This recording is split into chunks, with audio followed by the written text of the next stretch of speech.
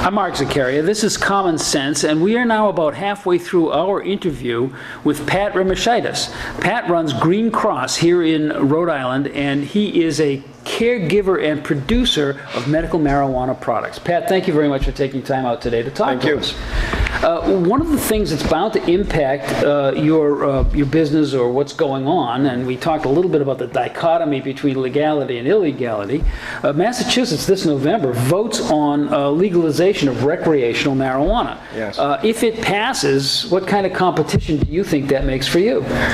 I wouldn't exactly think that Massachusetts passing it would be more competition for me, specifically because we deal with medicinal personnel. So there's always going to be a call for medicine and people that need specific treatment just beyond recreational use. And it's probable that if Massachusetts does legalize that, there will be restrictions on moving legal Massachusetts product across state lines. I assume there would, and of course that's going to create a problem for law enforcement, so I hope they have a handle on that. Well, they probably hope they do too. Yeah. So your operation will continue to concentrate on medical marijuana, sure, no matter what happens. With that parallel market might actually take pressure off of you, because has it ever happened that people have come to you claiming a medical need when actually they were really looking for something else? That's not really happened to us. We don't really, honestly enough, we've had a few people that come in and ask us if we supply other material that can be recreationally abused quite easily, and as soon as we tell them that we don't, we usually don't hear from those people again. But we concentrate on mostly middle-aged patients to older patients. I don't have a lot of youth patients that come to me, especially since they have to sit down and actually have a conversation with me as far as where they could just go somewhere else, buy it retail over the shelf, and go about their way. Well, speaking of legalization in Massachusetts, I would assume, although there's nothing immediately on the horizon, that legalization of recreational use of marijuana in Rhode Island can't be too far in the distant future. Would you say that's probably on its way? I'd say it's definitely on its way. Every year since we've had medical marijuana, there's been an attempt to recreationalize it here in the state through law. I thought this past year we had our best chance at it, but the way the law was written had a lot of details in it, and I guess it was too difficult for general passage. So we're going to keep trying, and I'd like to think that definitely within the next 5, hopefully within the next 3, we'll see recreational allowed here in Rhode Island, because just the tax benefits alone is such an opportunity that I feel that we have to take advantage of it. It's how many more mistakes are we going to make in this state to allow our tax dollars to go to other states, whereas we could be holding them on here? I'd like to see us embrace this new green economy. I'd like to see we have some of the best universities in the country right here in this state. I'd like to partner with those universities and really embrace the technology and allow us to strive to go forward on many of the other firsts that we've done here. The Industrial Revolution was started here in this state. So. Pat, the story you've been telling us throughout our interview is the story of growth in this industry and probably increased demand for marijuana products of all kinds. Yes, obviously, as more patients start to hear that it's a viable option, they'll be more interested in medical marijuana. It becomes more accepted. Legalization means its own, what it means on Saturday nights. Yeah. But the question I guess I have for you is, does that increased demand, at what point does it start to attract the cartels? Are you aware of any organized illegal attempts to be a supplier? Well, I can't really say I'm much of a law enforcement expert, but I can say that higher access for people means less demand on the black market. So I could only imagine that those statistics would actually fall away with the legalization instead of the opposite. Well, the cartels do have an operating railroad, and if their black market demand falls off, and yet they've got a delivery stream for a product that's legalized, wouldn't they be seeking legal approaches? One would hope that if they did that, then they become upstanding citizens, much like the bootleggers in at the end of Prohibition.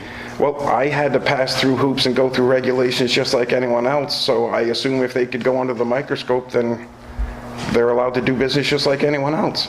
Interesting. And that will be an additional dynamic that law enforcement will have to keep a real close eye on, I would think.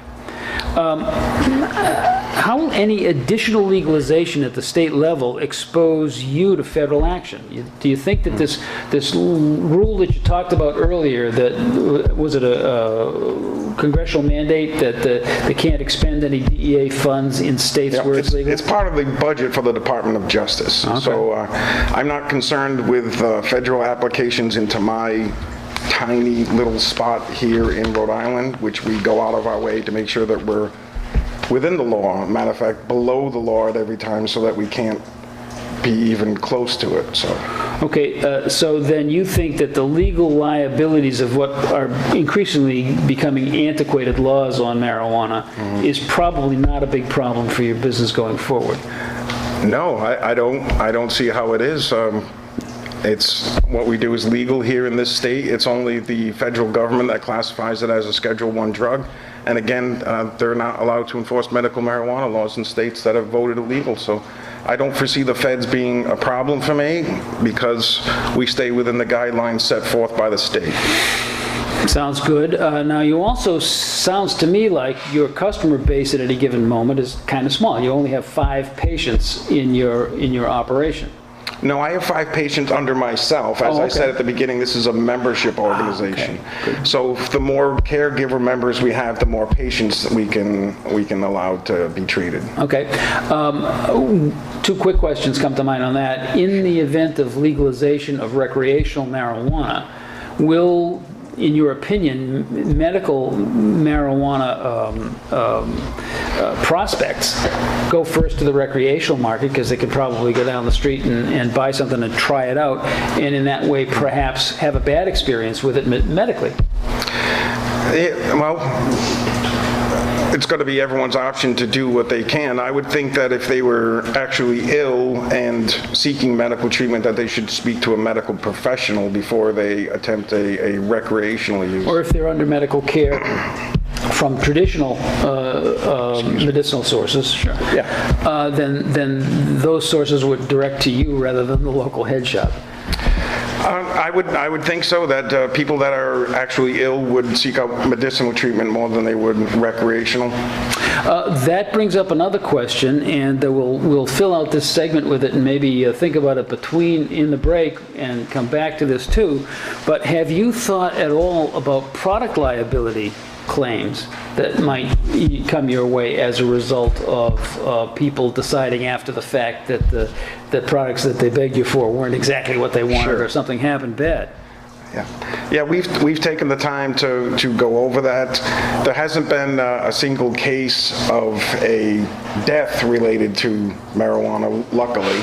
That's not including operating machinery or carelessness. I mean, as a matter of fact, coconuts are more of a danger to you than marijuana. Last year, 150 people were killed by falling coconuts and 0 were killed by medicinal marijuana use. So yeah, there is a liability in it.